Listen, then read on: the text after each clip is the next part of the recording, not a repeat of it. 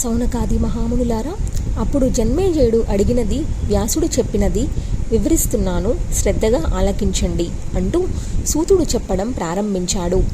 వ్యాసమహర్షి, సూర్యచంద్ర వంశాల చరిత్రలను, దేవీగీతను వినిపించావు. అమృతప్రాయంగా ఆస్వాదించాను.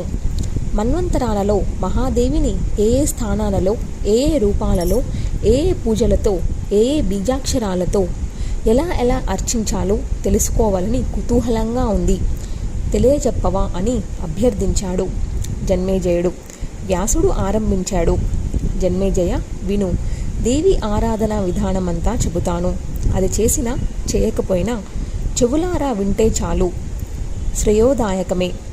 వెనకటికి నారదుడు అడిగితే యోగమార్గ ప్రవర్తకుడైన నారాయణుడు చెప్పిన విశేషాలివి. నారద నారాయణ సంవాదం. లోక పర్యటన చేస్తూ నారదుడు ఒకనాడు నారాయణుడి ఆశ్రమానికి వచ్చాడు.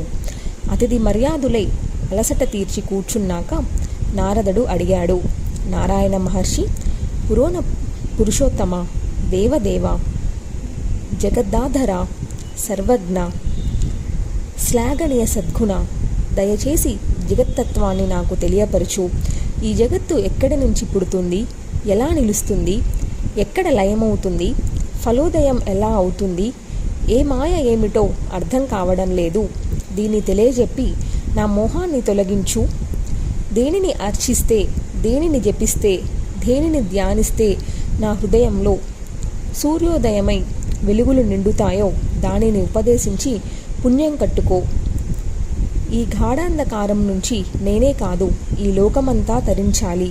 దయచేసి సవిస్తరంగా తెలియజేయి అని నారదుడు అభ్యర్థిస్తే నారాయణుడు సంతోషించి అభినందించి బదులు పలికాడు. దేవర్షివర్య, మంచి ప్రశ్న వేశావు. జగత్తత్వాన్ని తెలుసుకుంటే మరింక మానవుడు ఈ పుట్టుకల సుడిగుండాలలో కొట్టుకుపోడు.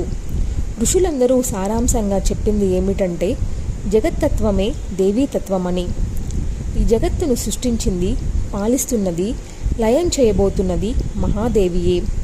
గుణత్రయ నిలయ, సిద్ధర్ష పూజితమైన దేవీ స్వరూపం స్మరణ మాత్రం చేతనే సర్వ పాపాలను పోగొడుతుంది, సకల వాంఛలను తీరుస్తుంది, మోక్షం లభిస్తుంది. బ్రహ్మ మానసు పుత్రుడైన స్వయంభు మనువు తొట్టతొలంతటివాడు. సర్వమన్వంతరాలకు అతడే అధిపతి, శతారూప విభుడు. తన తండ్రి ప్రజాపతికి భక్తితో సపర్యలు చేస్తూ సంతోషపరుస్తున్నాడు. ఒకనాడు బ్రహ్మదేవుడు, నాయన మను, మహాదేవిని ఆరాధించు, ప్రజలను సృష్టించే శక్తి నీకు సిద్ధిస్తుంది అన్నాడు. ఈ ఆజ్ఞను శిరసావహించి మనస్సును ఏకాగ్రపరుచుకొని మనువు తపస్సు చేశాడు.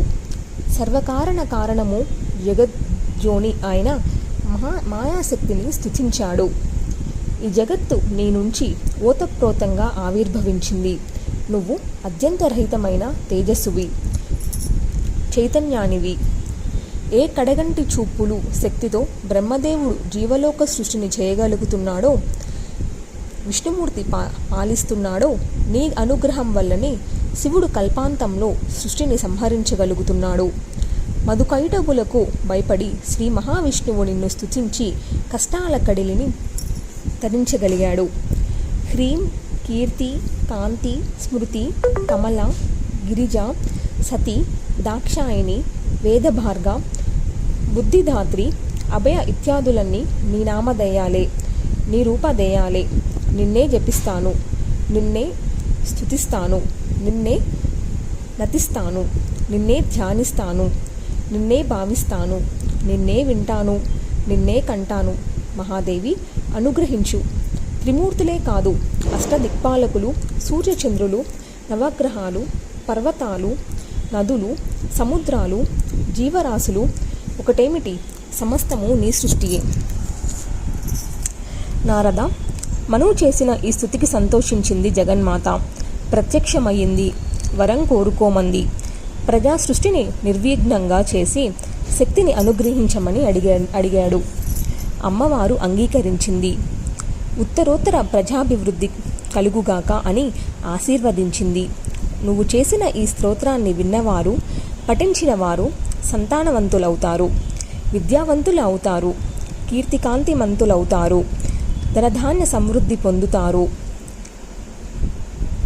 అప్రతిహత శక్తి సంపన్నులై శత్రువులను జయిస్తారు. ఇది నా అనుగ్రహం అని చెప్పి అంతర్ధానం చెందింది. దేవీ వరప్రసాదం పొంది మనువు బ్రహ్మదేవుణ్ణి సమీపించి జరిగినదంతా వివరించాడు.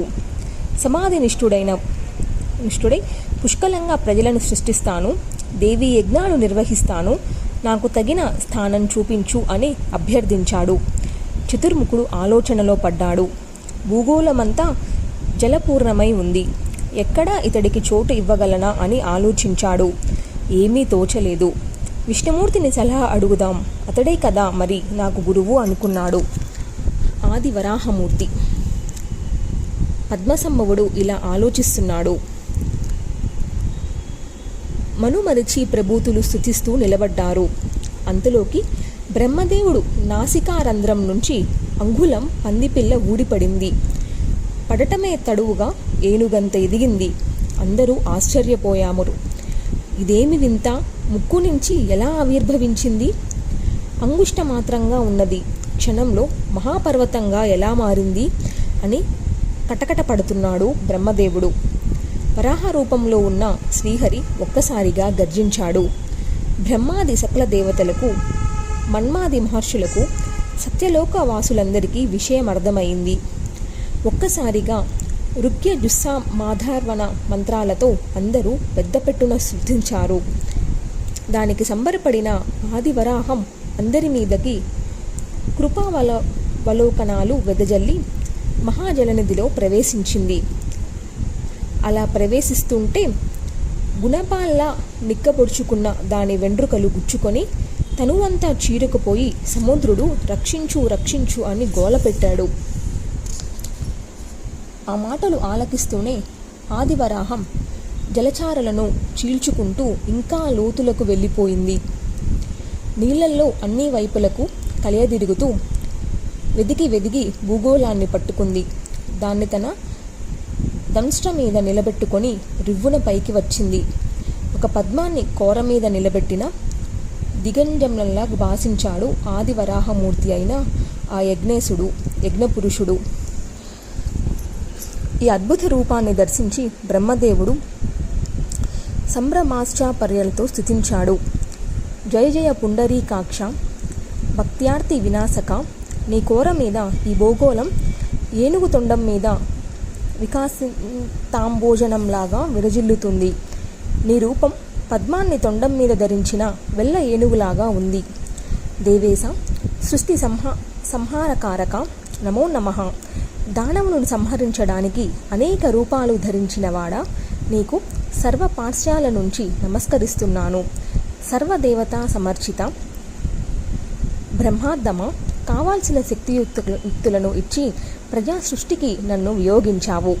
నీ ఆజ్ఞల ప్రకారం నేను ఆ పని చేస్తున్నాను.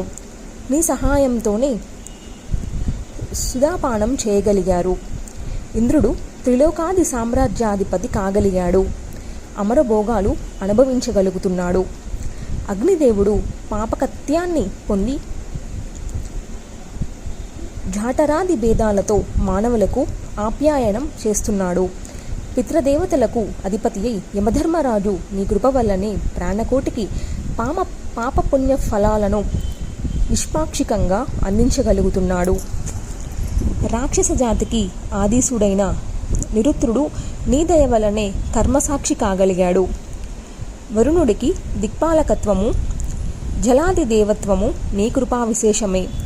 సకల జీవులలోనూ ప్రాణరూపంలో సంచరిస్తూ వాయుదేవుడు గంధర్వుడు అయ్యాడంటే నీ అనుయజ్ఞయే.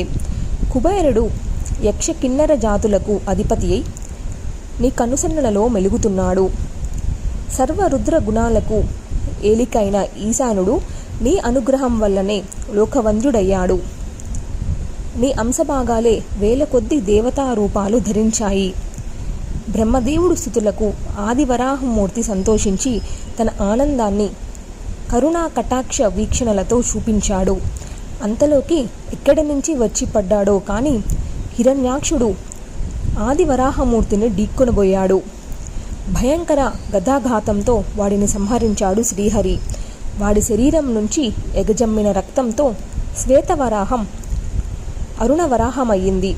భూగోళాన్ని కోరనించి దింపి యథాస్థానంలో ఉంచి ఆదివరాహమూర్తి తన వైకుంఠానికి వెళ్ళిపోయాడు.